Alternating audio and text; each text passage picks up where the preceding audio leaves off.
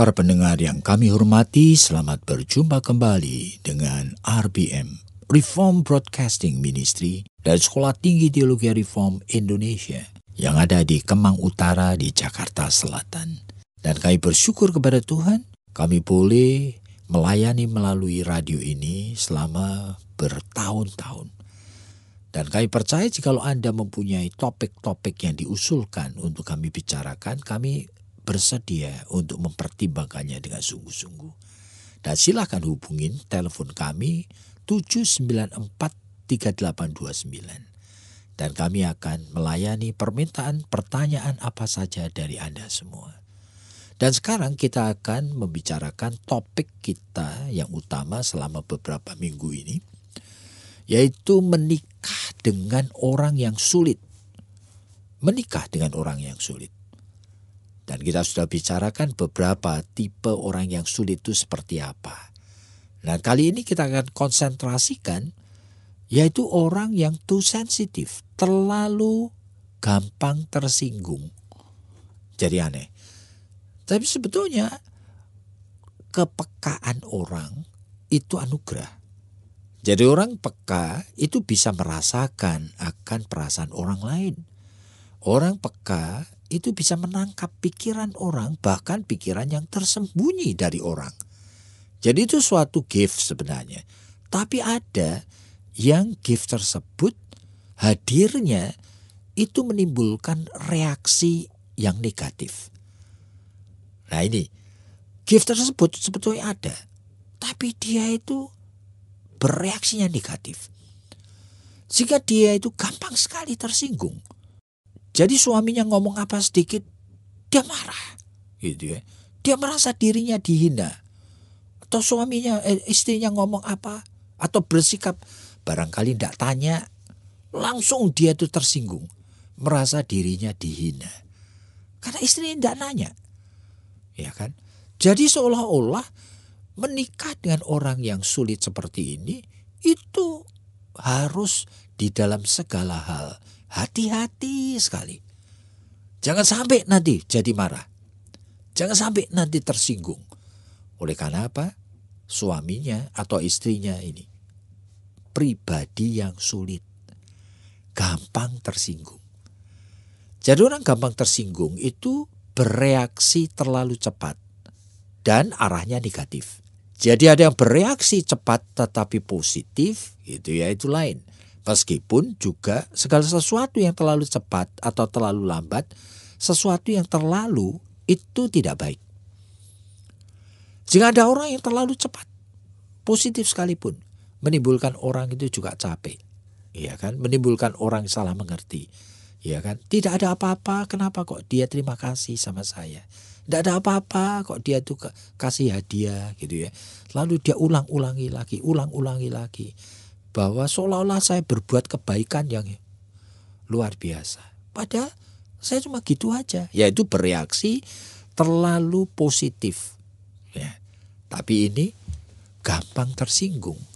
Ini yang kita bicarakan reaksinya negatif. Nah sehingga orang tersebut itu langsung pikirannya negatif, langsung cenderung marah, langsung punya pikiran bahwa ingin menjelaskan, ingin menegur, ya, ingin memperbaiki, gitu ya. Nah ini yang terjadi. Sehingga kadang-kadang komunikasi itu sebenarnya diwarnai dengan hal-hal yang tidak perlu. Ya, sama seperti tadi saya katakan, ya istri lupa nanya saja, langsung sudah tersinggung dia. Jadi mari kita dengar apa yang Ibu Esther mau katakan. Ya Pak. Kok kayaknya menikah dengan orang yang sulit itu kok kayaknya kadang-kadang di dalam kepribadiannya itu kok kadang-kadang juga bukan cuma satu begitu ya. Tapi ada yang bukan cuman mudah marah, tapi juga mudah marah dan ditambah lagi dengan mudah tersinggung, begitu Pak. Apakah ini tuh ada hubungannya dengan yang kita bicarakan beberapa waktu yang lalu? Bahwa misalnya memang ini terbentuk sejak kecil. Begitu keinginannya itu tidak terpenuhi, kayaknya dia itu sudah ada perasaan tertolak begitu, perasaan tidak dihargai, perasaan inferior begitu, seolah-olah dilecehkan begitu. Apa memang seperti itu toh Pak? Oleh karena tadi Bapak mengatakan bahwa orang-orang yang mudah tersinggung ini itu kepekaan daripada seseorang yang sebetulnya juga merupakan anugerah Tuhan. Kalau itu lalu kemudian bisa dipakai secara positif. Artinya kalau kepekaan seseorang itu untuk menangkap pikiran seseorang, lalu melihat situasi, dia itu peka, itu kan bagus kan Pak? Tapi kok kayaknya ini orang yang mudah tersinggung ini kok justru bukan cuma dia itu bereaksi cepat atau memberikan respon negatif secara cepat, tetapi juga cenderung itu lalu menyimpan mungkin kemarahan kayaknya itu dengan tersinggungnya dia. Kita semua itu harus hati-hati begitu Pak. Bagaimana itu? Oh ya, ya itulah. Jadi memang kalau kita ngebayangin ya, itu anak yang dari kecil selalu lebih banyak disalah-salahkan. Lebih banyak dilabelin, dinilai jelek. Itu dengan sendirinya sudah punya suatu sikap terhadap apa yang orang katakan, orang yang sikap dari orang-orang terhadap dirinya. Jadi itu sudah terlatih loh. Tetapi oleh karena banyak pengalaman negatifnya, ini menjadi pribadi yang mudah tersinggung. Oleh karena apa? Oleh karena dia menduga sebentar lagi papaku akan marahin aku. Sebentar lagi dia akan mengatakan ini itu, melabalin aku goblok, lah begitu. Sehingga ini sudah menjadi sesuatu kebiasaan hadir di dalam pikirannya. Menyebabkan anak itu menjadi nanti dewasanya menjadi pribadi yang mudah tersinggung. Gitu ya. Oleh karena egonya itu sebetulnya dia membutuhkan itu pakaian besi untuk melindunginya. Dia takut sekali kalau egonya itu dilukai. Nah, padahal ego itu sendiri menjadi semakin kuat justru melalui keberanian untuk dia itu tidak memakai pakaian besi. Nah, menghadapi akan realita hidup ini sehingga dia itu ego itu akan tumbuh dengan semakin firm, semakin kuat. Semakin dilindungi, justru di dalam pakaian besi itu ego itu sangat rapuh, lemah. Nah, itu yang terjadi. Cuma manusia tidak sadar. Jadi menghadapi akan pribadi yang sulit seperti ini, kita tuh melihat bahwa sebetulnya di dalam kehidupan pernikahan, dalam keluarga, sekali lagi saya ingatkan, itu terjadi transaksi terus-menerus. Jadi Pak, sebetulnya kalau kita melihat, tadi Bapak mengatakan bahwa kalau egonya itu lemah, begitu, dia itu kan membutuhkan satu pelindung, begitu. Nah, sebelum dia dilukai lebih lanjut, ya dia lebih baik menunjukkan bahwa dia itu, aku nih peka loh. Jangan deketin aku, jangan lukai aku lebih dalam lagi. Kan kira-kira kan begitu toh Pak. Tapi di pihak lain, kalau kita melihat bahwa anak-anak yang seperti ini atau anak-anak yang sudah terbiasa dikasih label jelek atau kurang baik, entah itu bodoh, entah itu goblok, entah itu apa, tanpa sadar kan sudah ada perasaan inferior Pak. Oh iya, tetapi bukan hanya inferior lalu membuat dia masuk di dalam liang takut. Tapi yang ini dia menghasilkan akan sikap terhadap orang-orang lain dengan kecurigaan bahwa orang itu akan melukai dia. Lah ya Pak, itu kalau tadi pertanyaan saya, apakah ini itu oleh karena ya untuk menutupi inferiornya atau bagaimana begitu Pak orang mudah tersinggung ini? Kalau tadi Bapak mengatakan bahwa dia itu menutupi akan tubuhnya sekarang ini seolah-olah dengan pakaian besi, kan begitu. Lalu sebetulnya yang ditutupi itu apanya, begitu Pak? Oh dia oleh karena dia merasa dirinya itu kedinginan, ketakutan, itu gampang sekali dia itu merasa bahwa dirinya terancam. Nah, ego seperti itu sebetulnya berkembangnya kan melalui pengalaman. Nah, pengalaman-pengalaman dari orang dalam kehidupannya sejak kecil memang dia banyak sekali mendapatkan teguran, kritikan, dimarahin, dilabel-labelin, nah diperlakukan yang menyakitkan dia. Nah, sehingga menjadi begitu. Nah, pengalaman jiwa manusia selalu learn from experience. Nah, sekarang menjadi dewasa, kebanyakan orang itu menjadi demikian. Dan dia menjadi too sensitif.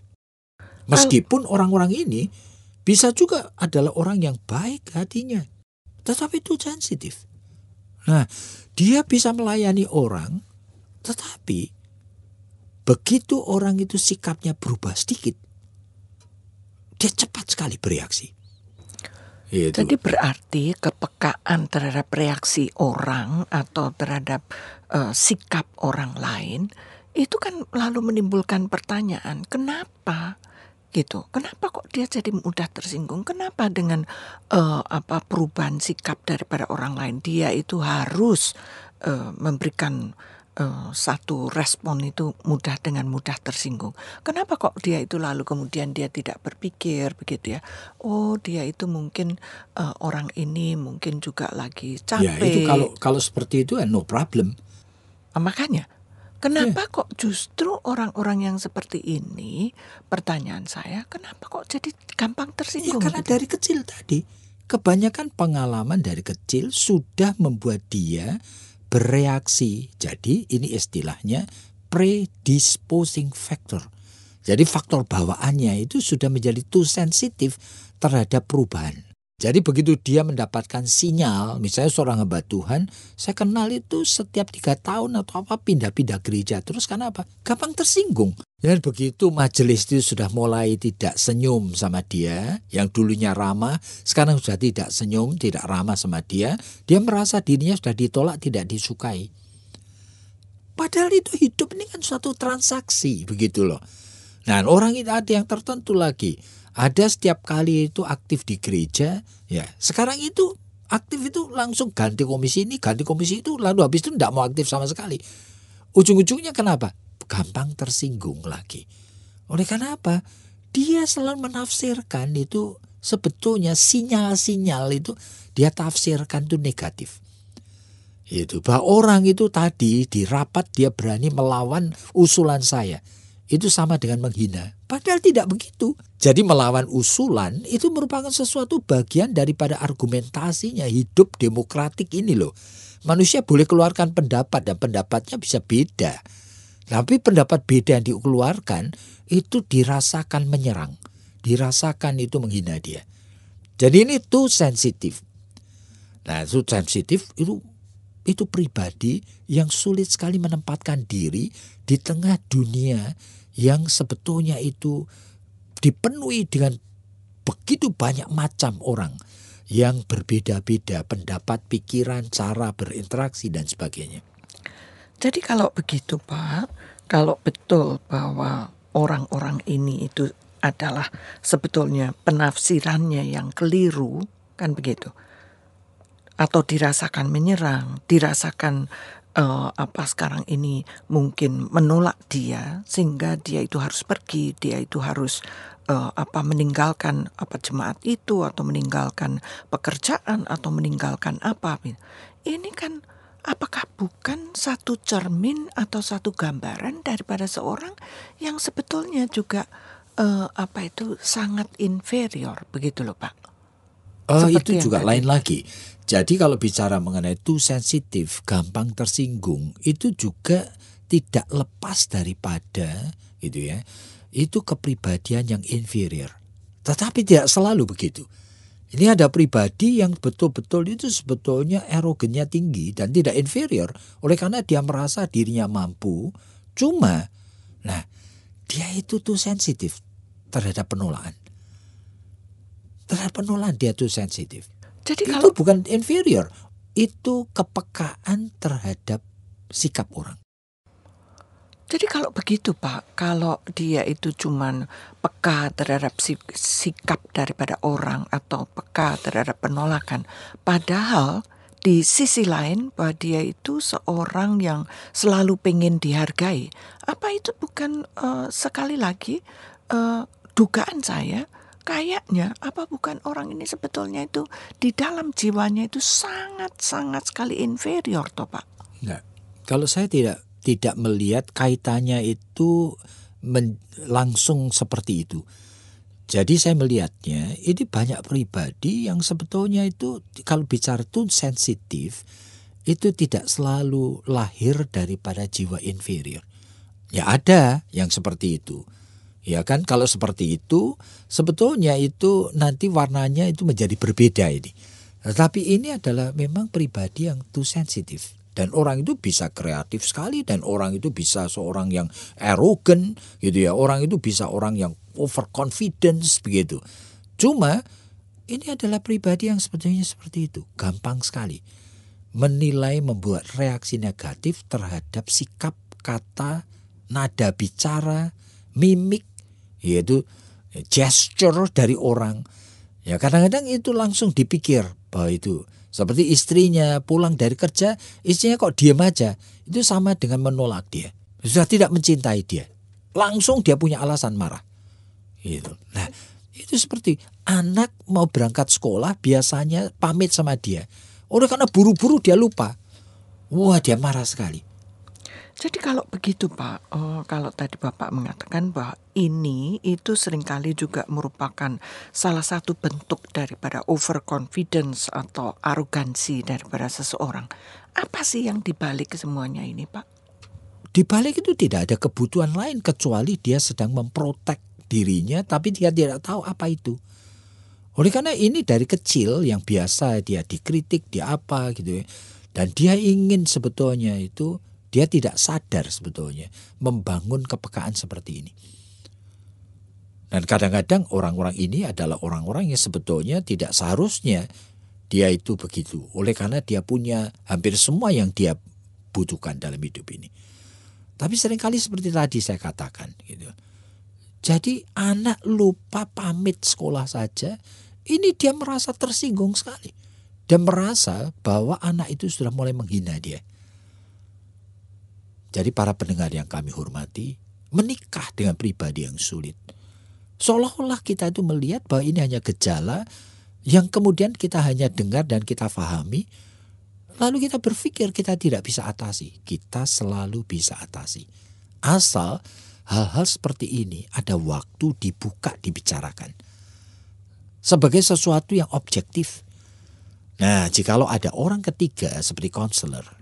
Nah, dengan sendirinya itu sikap, cara berpikir, memikirkan mengenai kelemahan diri itu menjadi berbeda. Makanya konseling itu selalu diperlukan. Konseling itu bukan pemberian nasihat, saudara. Konseling itu adalah suatu skill yang dimiliki oleh seorang konselor yang menghadirkan rasa aman di dalam diri klien-kliennya. Nah, sehingga klien-kliennya itu tidak takut untuk mengekspresikan apa saja. Jadi jikalau Anda setelah mendengar, kemudian muncul berbagai pertanyaan, silakan. Kami akan terima akan segala sesuatu yang Anda ingin katakan melalui telepon 794-3829. Kiranya Tuhan memberkati Anda.